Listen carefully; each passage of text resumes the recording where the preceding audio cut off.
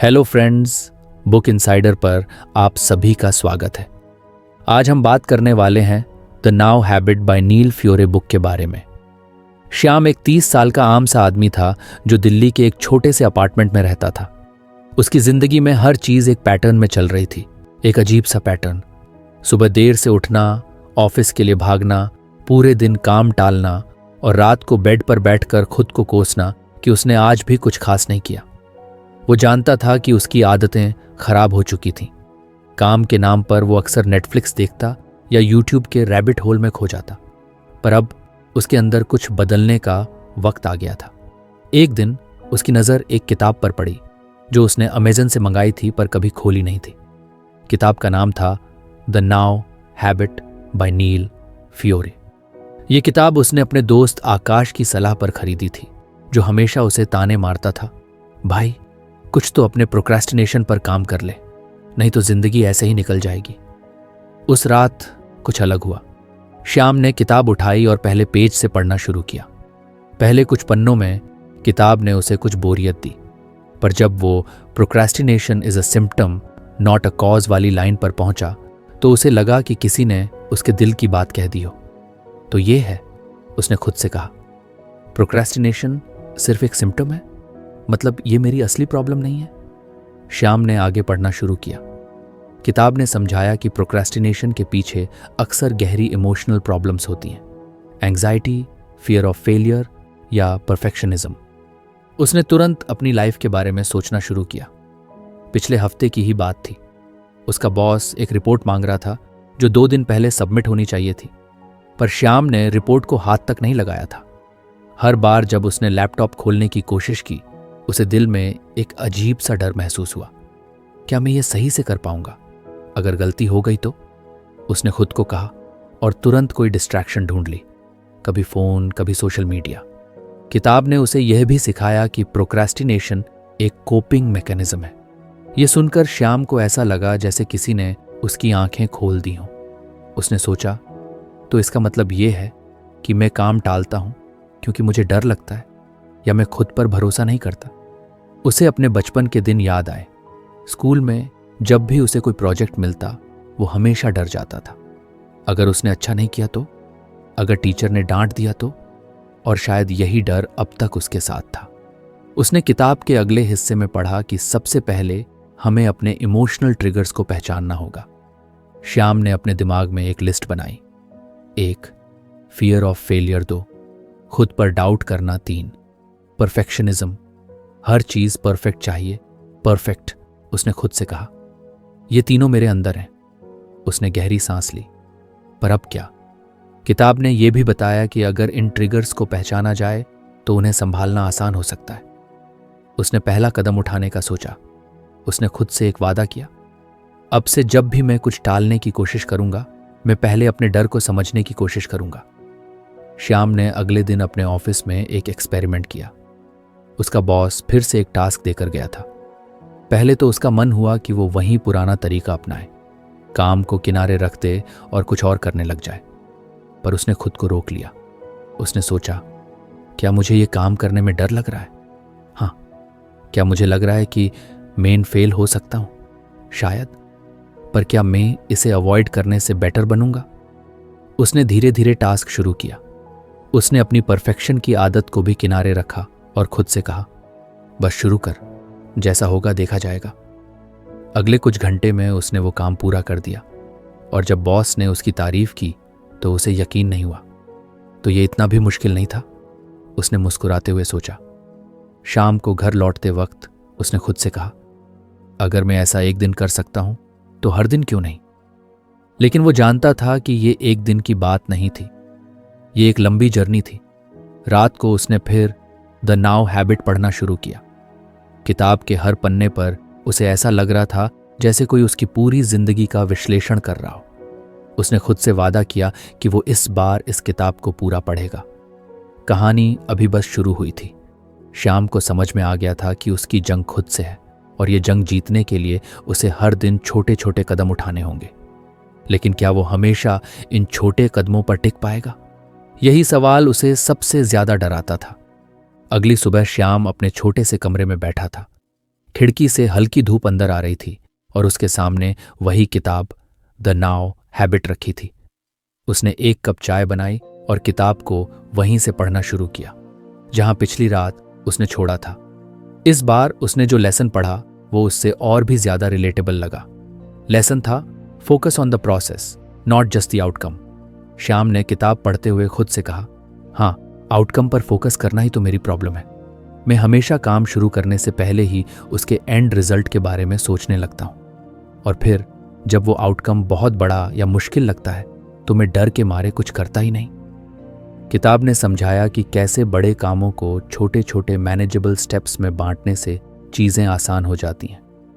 उसे याद आया कि स्कूल के दिनों में जब कोई बड़ा प्रोजेक्ट मिलता था तो टीचर उसे कहती थी, पहले आउटलाइन बनाओ, फिर छोटे छोटे हिस्से में काम करना शुरू करो। लेकिन बड़े होने के बाद उसने ये आदत छोड़ दी थी। शायद मुझे फिर से यही करना चाहिए, उसने सोचा। उस दिन ऑफिस में श्याम को एक नया प्रोजेक्ट मिला। अगर आपको हमारी फ्री समरी अच्छी लगती है तो आप हमारे चैनल को सब्सक्राइब कर सकते हैं, हमारी मेंबरशिप खरीद सकते हैं या हमें यूपीआई के थ्रू सपोर्ट कर सकते हैं। अब समरी पर वापस चलते हैं। पहले तो उसके मन में वही पुराना डर आया, इतना बड़ा काम मैं कैसे कर पाऊंगा। लेकिन फिर उसने किताब में पढ़ा हुआ याद किया। उसने खुद से कहा, ठीक है, आउटकम पर मत सोच, सिर्फ पहला स्टेप उठाने पर ध्यान दे। उसने अपने डेस्क पर बैठकर पेपर और पेन उठाया और प्रोजेक्ट को छोटे छोटे स्टेप्स में तोड़ना शुरू किया। 1, डेटा इकट्ठा करना। 2, डेटा को एनालाइज करना।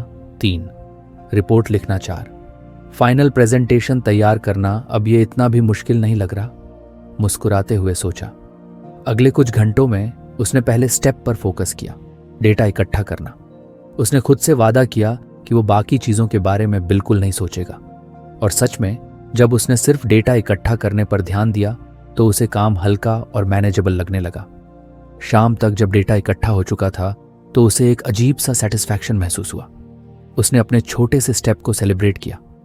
वाह, मैंने कुछ तो किया आज, और ये ज्यादा मुश्किल भी नहीं था। उस रात उसने किताब का अगला हिस्सा पढ़ा। फ्योरे ने बताया था कि जब हम छोटे स्टेप्स पर ध्यान देते हैं तो हमें हर छोटे स्टेप को पूरा करने पर एक सेंस ऑफ अकॉम्प्लिशमेंट मिलता है और यही हमें अगले स्टेप के लिए मोटिवेट करता है। श्याम को अचानक अपनी पिछली गलती याद आई। हर बार जब वो किसी बड़े काम के बारे में सोचता तो वो आउटकम को लेकर इतना ओवरवेल्म्ड हो जाता कि कुछ भी शुरू नहीं कर पाता। लेकिन अब उसे समझ में आ रहा था कि आउटकम को भूलकर सिर्फ प्रोसेस पर फोकस करना कितना जरूरी है। अगले दिन उसने एक और एक्सपेरिमेंट किया। वो हमेशा सोचता था कि उसे एक नई स्किल सीखनी चाहिए, कोडिंग। लेकिन कोडिंग का ख्याल आते ही उसे लगता था कि यह बहुत बड़ा काम है। कोडिंग सीखने का मतलब है नई प्रोग्रामिंग लैंग्वेज सीखना, फिर प्रैक्टिस करना, फिर प्रोजेक्ट्स बनाना। इतना सब कैसे होगा? इस बार उसने वही किताब वाला तरीका अपनाया। उसने कोडिंग को छोटे स्टेप्स में तोड़ा। एक आसान लैंग्वेज चुनना, उस लैंग्वेज के बेसिक्स सीखना, एक छोटा सा प्रोजेक्ट बनाना। उसने पहले स्टेप से शुरुआत की। पाइथन, ये आसान लगती है, उसने खुद से कहा। फिर उसने यूट्यूब पर एक बिगिनर ट्यूटोरियल खोला और सिर्फ बेसिक्स पर ध्यान दिया। शाम तक उसने पाइथन के बारे में 2-3 बेसिक चीजें सीख ली। उसे कोडिंग एक्सपर्ट बनने में अभी सालों लग सकते थे, लेकिन उस दिन उसे लगा जैसे उसने एक बड़ी जंग जीत ली हो। मैंने प्रोसेस पर फोकस किया और आउटकम को भूल गया, और देखो मैं कितना खुश हूं। श्याम ने महसूस किया कि प्रोसेस पर फोकस करने का सबसे बड़ा फायदा यह है कि ये आपको प्रेजेंट मोमेंट में लाता है। आप इस बारे में नहीं सोच रहे होते कि रिजल्ट कैसा होगा, बल्कि आप उस काम का मजा ले रहे होते हैं जो आप कर रहे हैं। वो किताब के एक और हिस्से में पढ़ा कि जब हम आउटकम ड्रिवन होते हैं तो हमारा दिमाग हमेशा 2 चीजों में फंसा रहता है, सक्सेस और फेलियर, और यही हमें एंग्शियस बना देता है। लेकिन जब आप सिर्फ प्रोसेस पर ध्यान देते हैं तो आप फ्री होते हैं। उस दिन रात को श्याम ने अपने दिन भर के काम के बारे में सोचा। उसने खुद को मेंटली अपलाउड किया कि उसने आउटकम को साइड में रखकर प्रोसेस पर ध्यान दिया। लेकिन यह आदत बनाना आसान नहीं होगा, उसने खुद से कहा। उसे पता था कि कई बार वो फिर से पुरानी आदतों में फंस जाएगा, लेकिन इस बार उसे एक नया टूल मिल गया था, प्रोसेस पर फोकस करने का। अगले हफ्ते श्याम ने अपनी रोजमर्रा की जिंदगी में इस लेसन को अप्लाई करना शुरू किया। सुबह उठने से लेकर ऑफिस के छोटे छोटे टास्क्स तक उसने हर चीज को छोटे स्टेप्स में तोड़ना शुरू किया। जब भी उसे लगता कि कोई काम बड़ा या मुश्किल है, वो खुद से कहता, बस पहला स्टेप उठाओ, बाकी की चिंता बाद में करना। धीरे धीरे उसने देखा कि वो पहले से ज्यादा काम कर पा रहा है और बिना किसी एक्स्ट्रा स्ट्रेस के। उसकी लाइफ में एक नई पॉजिटिविटी आने लगी थी, लेकिन उसे पता था कि यह सफर अभी लंबा है। उसने खुद से वादा किया कि वो किताब के हर लेसन को अपनी जिंदगी में उतारेगा। आगे के पन्नों में और भी कई लेसन्स उसका इंतजार कर रहे थे और श्याम अब खुद को लेकर पहले से ज्यादा होपफुल महसूस कर रहा था। उसने किताब को बंद किया, अपनी चाय का आखिरी घूंट लिया और अगले दिन के छोटे स्टेप्स की प्लानिंग करने लगा। अगले कुछ दिनों तक श्याम ने किताब के पहले 2 लेसन्स को अपनी जिंदगी में पूरी तरह उतारने की कोशिश की। वो हर काम को छोटे छोटे स्टेप्स में तोड़कर पूरा कर रहा था और सिर्फ प्रोसेस पर फोकस कर रहा था। उसे लगने लगा था कि वो कुछ कुछ प्रोडक्टिव बन रहा है, लेकिन इस नई आदत को अपनाते हुए वो एक दूसरी समस्या महसूस करने लगा। श्याम का पूरा ध्यान अब अपने काम और प्रोजेक्ट्स पर था। उसने खुद को इस कदर बिजी कर लिया था कि वो भूल गया था कि लाइफ में मजा लेना भी जरूरी है। वो काम कर रहा था, लेकिन कहीं ना कहीं अंदर से थकान और बोरियत महसूस करने लगा था। उस रात जब उसने द नाउ हैबिट के अगले चैप्टर को पढ़ना शुरू किया, तो जैसे किताब ने उसकी सोच को एक और नई दिशा दे दी। अगला लेसन था schedule guilt free play. Shyam ने पढ़ना शुरू किया। किताब कह रही थी कि अपने शेड्यूल में मस्ती और फुर्सत के पल शामिल करना उतना ही जरूरी है जितना काम करना।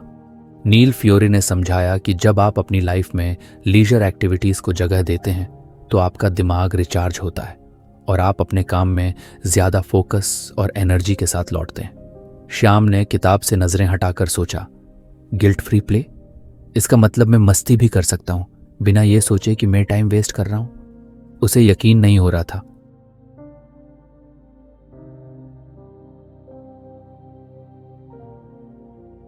वो हमेशा से सोचता था कि अगर वो अपने काम के बीच में मस्ती करेगा तो ये गैर जिम्मेदाराना होगा। उसने पढ़ाई जारी रखी। किताब ने बताया कि प्ले और फुर्सत के पलों को शेड्यूल करना काम को बैलेंस करने का एक तरीका है।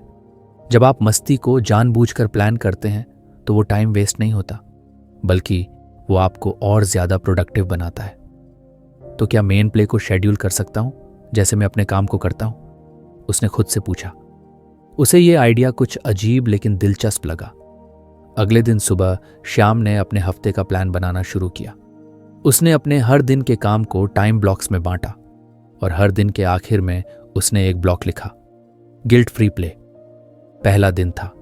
ऑफिस में उसका दिन काफी व्यस्त रहा, लेकिन जैसे ही शाम के 7 बजे उसने अपना लैपटॉप बंद किया और खुद से कहा, अब यह समय सिर्फ मेरे लिए है।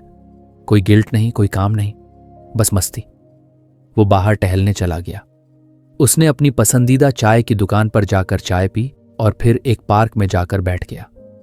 उसने आसपास खेलते बच्चों को देखा और उन्हें देखकर उसे एहसास हुआ कि वो कब से अपनी लाइफ में ऐसे फुर्सत के पलों को मिस कर रहा था। शाम के उस 1 घंटे ने उसे फ्रेश और रिलैक्स कर दिया। जब वो वापस घर आया तो उसने महसूस किया कि उसका दिमाग कितना हल्का और शांत था।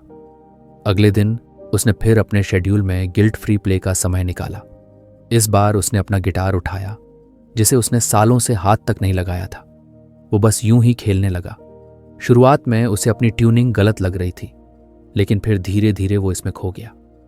उस 1 घंटे में उसने महसूस किया कि मस्ती के पल न सिर्फ आपके दिमाग को आराम देते हैं, बल्कि आपको खुद के करीब भी लाते हैं। श्याम ने अगले हफ्ते के लिए और भी मस्ती भरे आइडियाज प्लान किए। कभी दोस्तों के साथ बाहर डिनर, कभी पुरानी पसंदीदा मूवी देखना, तो कभी बिना किसी प्लान के बाइक पर निकल जाना।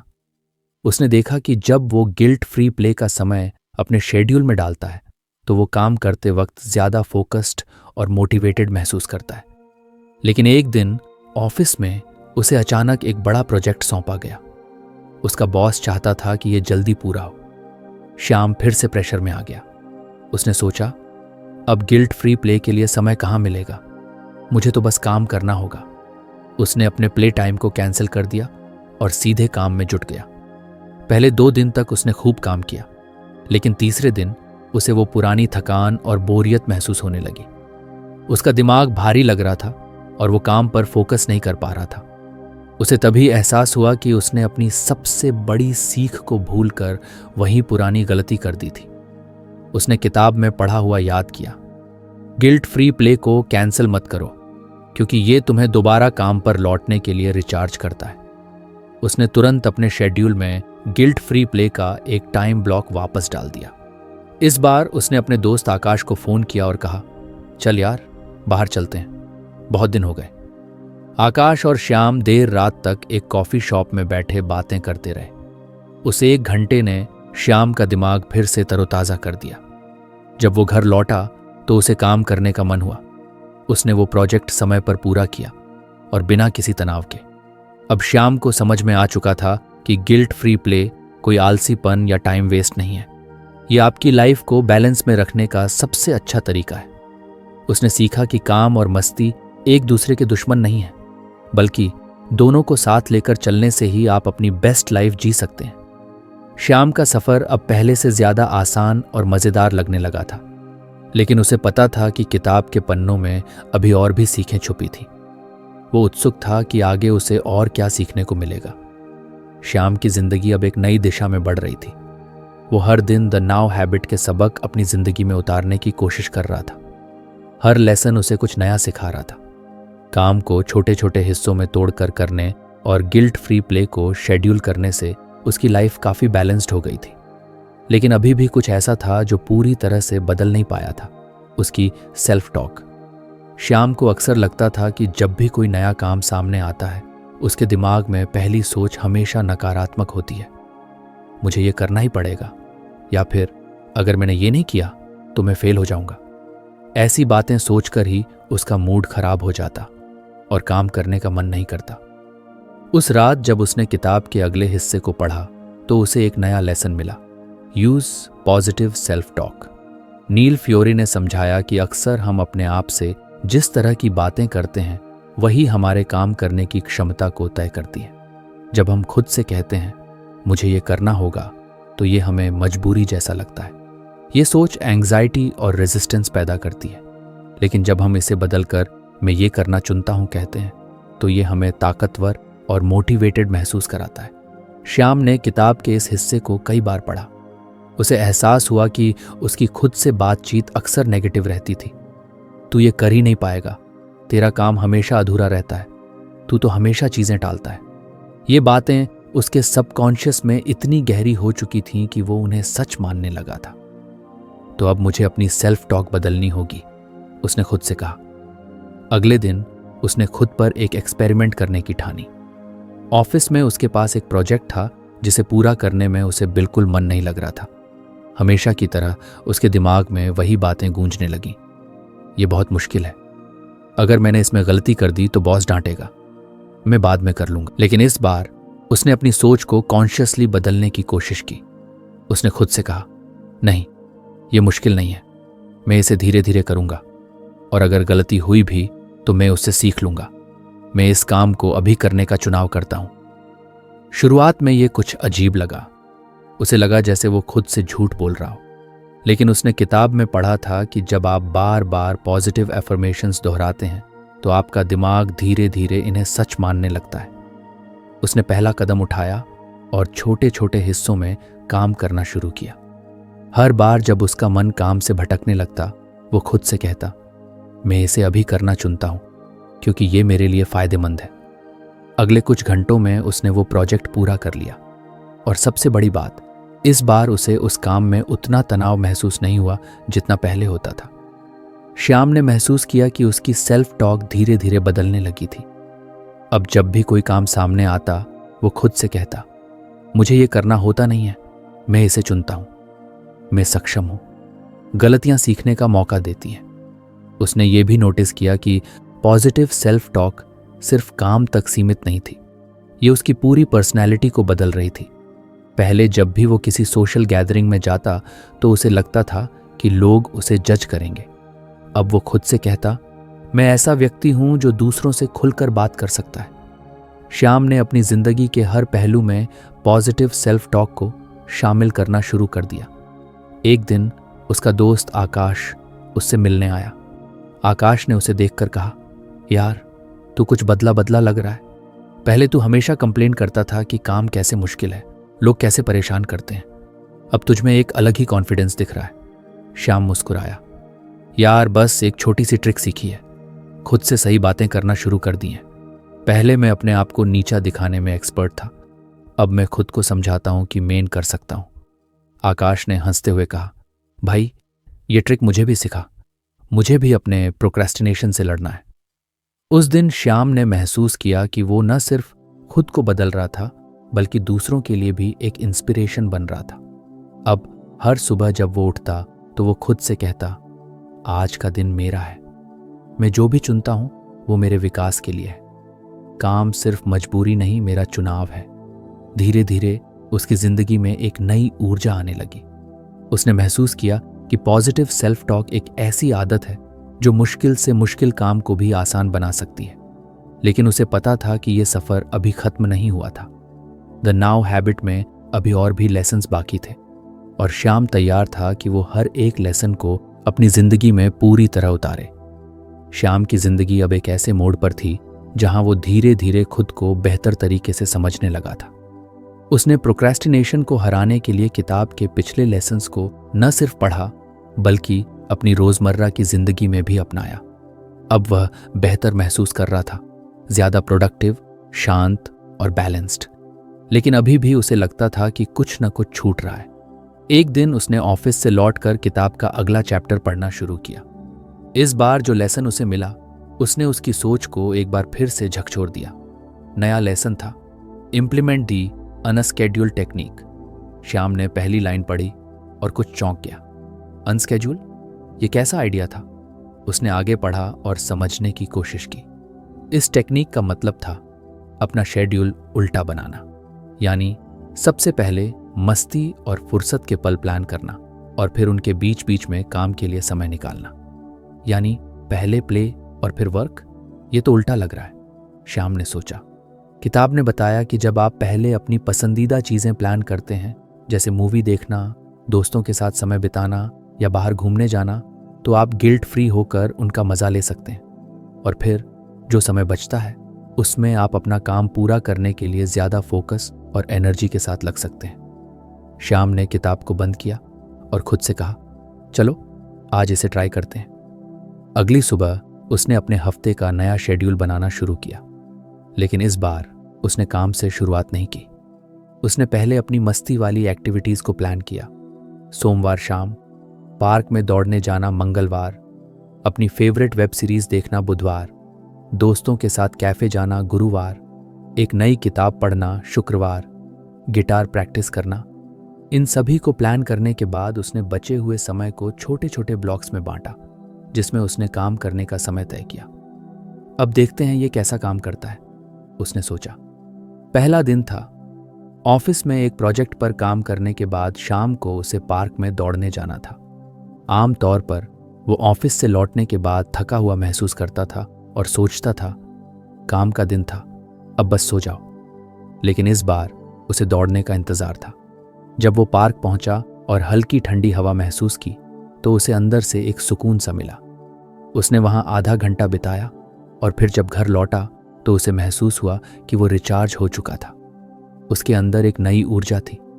उसने बचे हुए समय में अपने प्रोजेक्ट के एक छोटे से हिस्से पर काम किया और ये काम उसने बिना किसी दबाव के पूरा किया।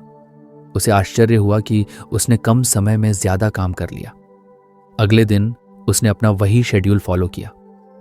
जब आप पहले मस्ती और फुर्सत के पल प्लान करते हैं तो आपका दिमाग गिल्ट फ्री हो जाता है और जब काम करने का समय आता है तो आप उसे जल्दी और फोकस्ड तरीके से पूरा करते हैं, क्योंकि आप जानते हैं कि आगे आपको फिर से ब्रेक मिलेगा। एक दिन ऑफिस में उसका कलीग अमित उसके पास आया और बोला, यार तू बड़ा चिल लग रहा है आजकल। पहले तुझे काम के बाद हमेशा परेशान देखता था, अब ऐसा लगता है कि काम के साथ साथ तुझे मस्ती करने का टाइम भी मिल रहा है। क्या चल रहा है? श्याम ने हंसते हुए कहा, भाई एक नया तरीका सीखा है। पहले अपनी मस्ती प्लान कर और फिर काम के लिए समय निकाल। उल्टा लगता है लेकिन काम आता है। अमित ने कहा, लेकिन मस्ती को पहले रखने से काम डिले नहीं होता। बिल्कुल नहीं, श्याम ने जवाब दिया। असल में जब मैं जानता हूं कि मैंने अपने फन टाइम पहले से प्लान कर रखा है तो मैं काम पर ज्यादा फोकस करता हूं। और सबसे अच्छी बात, मुझे गिल्ट नहीं होता कि मैं टाइम वेस्ट कर रहा हूं। अमित ने उसकी बातों को ध्यान से सुना और कहा, यह तो इंटरेस्टिंग लग रहा है, मुझे भी ट्राई करना चाहिए। श्याम ने महसूस किया कि यह तकनीक न केवल उसे ज्यादा प्रोडक्टिव बना रही थी बल्कि उसे अपनी जिंदगी का हर पल जीने का मौका भी दे रही थी। उसने अपनी जिंदगी में पहली बार महसूस किया कि काम और मस्ती एक साथ बैलेंस में चल सकते हैं। हफ्ता खत्म होते होते उसने अपने शेड्यूल पर नजर डाली। उसने देखा कि उसने इस हफ्ते सारे काम पूरे कर लिए थे और साथ ही वो हर दिन कुछ न कुछ ऐसा कर रहा था जिससे उसे खुशी मिल रही थी। उसने महसूस किया कि इस अनस्केड्यूल्ड टेक्निक ने न सिर्फ उसे ज्यादा काम करवाया बल्कि उसके स्ट्रेस को भी काफी कम कर दिया। अब हर सोमवार को जब श्याम अपना हफ्ता प्लान करता तो सबसे पहले वो मस्ती और फुर्सत के पल शेड्यूल करता। वो अपने शेड्यूल को देखकर मुस्कुरा उठता क्योंकि उसे पता था कि हर दिन उसे कुछ ऐसा करने को मिलेगा जो उसे सच में पसंद है। लेकिन उसे मालूम था कि द नाउ हैबिट की यात्रा यहीं खत्म नहीं हुई थी। आगे और भी लेसन्स उसका इंतजार कर रहे थे और श्याम अब पूरी तरह से तैयार था उन्हें अपनी जिंदगी में उतारने के लिए। श्याम ने जब द नाउ हैबिट का आखिरी चैप्टर बंद किया तो उसे ऐसा लगा जैसे उसने एक लंबी यात्रा पूरी कर ली हो। हर एक लेसन ने उसकी जिंदगी को किसी न किसी रूप में बदल दिया था। उसने प्रोक्रेस्टिनेशन से लड़ने के लिए जो सीखा वो सिर्फ एक किताब के सबक नहीं थे बल्कि एक नई जिंदगी जीने का तरीका थे। उसे याद आया कि उसने इस सफर की शुरुआत किस तरह की थी। हर काम को टालना, खुद पर भरोसा ना होना और अपनी लाइफ में बैलेंस की कमी। लेकिन अब वो एक अलग इंसान बन चुका था। किताब के पहले लेसन टाल मटोल एक लक्षण है न कि कारण से उसने जाना था कि टाल मटोल सिर्फ एक बाहरी समस्या नहीं है बल्कि अंदरूनी डर, असुरक्षा और परफेक्शनिज्म का नतीजा है। उसने इन डर को पहचाना और उनके साथ काम करना सीखा। दूसरे lesson focus on the process not just the outcome ने उसे सिखाया कि किसी भी बड़े काम को छोटे छोटे हिस्सों में बांटकर किया जाए। उसने प्रोसेस पर ध्यान देना शुरू किया और धीरे धीरे उसे एहसास हुआ कि रिजल्ट अपने आप बेहतर होने लगे। फिर स्केड्यूल गिल्ट फ्री प्ले ने उसकी जिंदगी को एक नई दिशा दी। उसने महसूस किया कि काम के बीच में ब्रेक लेना और खुद को खुशी देने के लिए समय निकालना किसी आलस की निशानी नहीं बल्कि एक जरूरी प्रैक्टिस है। उसने अपनी जिंदगी में मस्ती के पल जोड़कर न सिर्फ अपनी प्रोडक्टिविटी बढ़ाई बल्कि अपनी खुशी भी वापस पाई। यूज पॉजिटिव सेल्फ टॉक के लेसन ने श्याम को खुद से बेहतर तरीके से बात करना सिखाया। उसने अपनी नेगेटिव सोच को पॉजिटिव एफर्मेशन से बदल दिया। अब वो खुद से कहता, मैं सक्षम हूं, मैं ये कर सकता हूं और मैं इस काम को करना चुनता हूं। इस छोटे से बदलाव ने उसकी खुद पर विश्वास को मजबूत किया और काम को बोझ की जगह एक चुनाव बना दिया। फिर आया अनस्केड्यूल्ड टेक्निक जिसने उसे एक और महत्वपूर्ण बात सिखाई। महसूस किया कि मस्ती और फुर्सत को प्राथमिकता देकर काम के लिए समय निकालना पारंपरिक समय प्रबंधन से कहीं बेहतर है। उसने महसूस किया कि जब आपका दिमाग खुश और रिचार्ज होता है तो काम करने में ज्यादा मजा आता है और कम समय में ज्यादा काम होता है। इस पूरे सफर में श्याम ने न सिर्फ अपनी आदतों को बदला बल्कि अपने सोचने और जीने के तरीके को भी पूरी तरह से बदल दिया। अब उसकी लाइफ में न तो वो पुरानी बेचैनी थी न ही टाल मटोल की आदत। एक शाम जब वो अपने कमरे में बैठा था उसने अपने शेड्यूल पर नजर डाली। वो मुस्कुरा उठा। हर दिन में उसने काम और मस्ती का बैलेंस बना रखा था। अब उसके दिन सिर्फ टू डू लिस्ट से नहीं भरे होते थे बल्कि हर दिन उसे खुद के लिए कुछ करने का मौका भी देता था। उसने अपनी किताबों की अलमारी में द नाउ हैबिट को वापस रखते हुए सोचा, किताब तो खत्म हो गई लेकिन इसकी सीखें हमेशा मेरी जिंदगी का हिस्सा रहेंगी। कुछ दिनों बाद उसने अपने ऑफिस में एक नई टीम के साथ एक प्रोजेक्ट पर काम करना शुरू किया। उसकी टीम के बाकी लोग अक्सर काम को लेकर तनाव में रहते थे। श्याम ने उन्हें अपने अनुभव बताए और द नाउ हैबिट की तकनीकों को उनके साथ साझा किया। धीरे धीरे उसकी टीम के लोग भी कम तनाव में और ज्यादा प्रोडक्टिव महसूस करने लगे। एक दिन उसके बॉस ने उससे कहा, श्याम, मैंने तुम्हें पहले भी काम करते देखा है और अब भी। तुम पहले से कहीं ज्यादा ऑर्गेनाइज्ड और फोकस्ड लगते हो। ये बदलाव कैसे हुआ?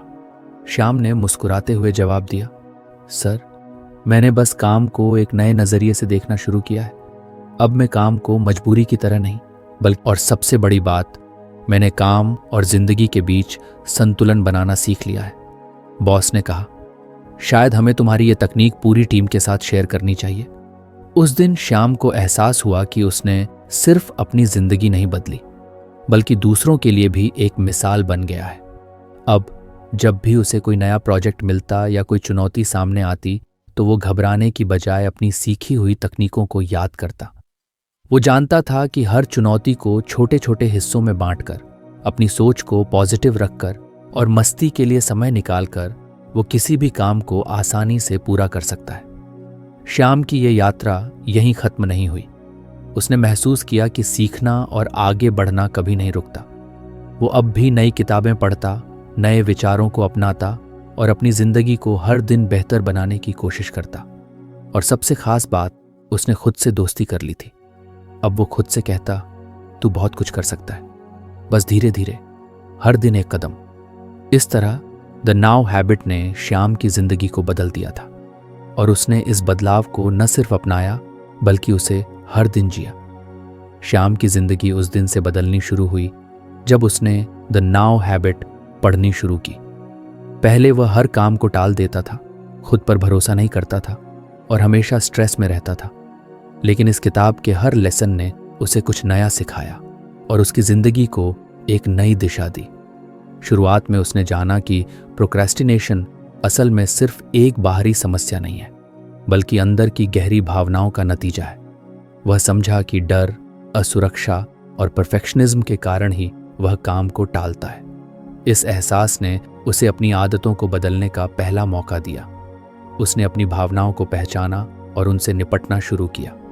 इसके बाद उसने सीखा कि काम को पूरा करने के लिए केवल नतीजों पर ध्यान देने के बजाय प्रक्रिया पर फोकस करना ज्यादा महत्वपूर्ण है। उसने बड़े कामों को छोटे छोटे हिस्सों में बांटना शुरू किया और हर छोटे कदम पर खुद को सराहा। यह तरीका न सिर्फ उसे कम तनाव देता, बल्कि उसे काम के दौरान एक तरह की संतुष्टि भी देता। जल्द ही उसने महसूस किया कि खुद को ब्रेक देना और मस्ती के पल प्लान करना भी काम का ही एक हिस्सा है। उसने अपने दिन में ऐसे पल जोड़े जो उसे खुशी और सुकून देते थे। उसने गिल्ट फ्री होकर अपनी पसंदीदा एक्टिविटीज का मजा लिया और पाया कि इस ब्रेक के बाद उसका दिमाग ज्यादा एनर्जी और फोकस के साथ काम करता है। फिर उसने अपनी सोच को बदलने का तरीका सीखा। उसने महसूस किया कि उसकी सेल्फ टॉक अक्सर नेगेटिव होती थी। मैं ये नहीं कर सकता या ये बहुत मुश्किल है, जैसे विचार उसकी सोच में जड़ बना चुके थे। उसने इन्हें पॉजिटिव एफर्मेशंस में बदल दिया। अब वह खुद से कहता, मैं इसे करना चुनता हूँ और मैं इस काम को कर सकता हूँ। इस बदलाव ने उसकी आत्मविश्वास को बढ़ा दिया और उसे हर काम को नई सोच के साथ करने का नजरिया दिया। इसके बाद उसने अपने शेड्यूल को पूरी तरह से नया रूप दिया। उसने अनस्केड्यूल टेक्निक अपनाई, जिसमें उसने सबसे पहले अपने फन और मस्ती के पल प्लान किए। इसके बाद बचे हुए समय में काम के लिए ब्लॉक्स तैयार किए। इस उल्टे शेड्यूल ने उसे न सिर्फ गिल्ट फ्री मस्ती दी, बल्कि उसके काम को भी ज्यादा प्रोडक्टिव बना दिया। इन सभी लेसन्स को अपनाने के बाद श्याम ने महसूस किया कि अब उसकी जिंदगी में एक बैलेंस है। उसने काम और मस्ती दोनों के लिए जगह बनाई, अपनी सोच को बदला और खुद पर भरोसा करना सीखा। उसकी प्रोक्रेस्टिनेशन की समस्या अब सिर्फ एक बीते हुए कल की बात लगती थी। उसने न केवल अपनी आदतों को सुधारा, बल्कि अपने पूरे नजरिए को बदल दिया। अब जब भी वह किसी नई चुनौती का सामना करता, तो वह घबराने के बजाय छोटे छोटे कदम उठाने की प्लानिंग करता। उसने समझ लिया था कि बड़ी समस्याओं का समाधान तभी हो सकता है जब आप उन्हें छोटे हिस्सों में बांटकर करें। वह हर दिन अपनी जिंदगी को बेहतर बनाने की कोशिश करता और दूसरों के लिए भी प्रेरणा बन चुका था। द नाउ हैबिट ने न केवल श्याम को उसकी प्रोक्रेस्टिनेशन की समस्या से बाहर निकाला, बल्कि उसे एक ऐसा इंसान बना दिया जो अब अपनी जिंदगी को खुशी और संतुलन के साथ जी सकता था। तो फ्रेंड्स, ये थी हमारी आज की बुक समरी। आपको कैसी लगी कमेंट करके ज़रूर बताएं और धन्यवाद आपका समरी एंड तक सुनने के लिए।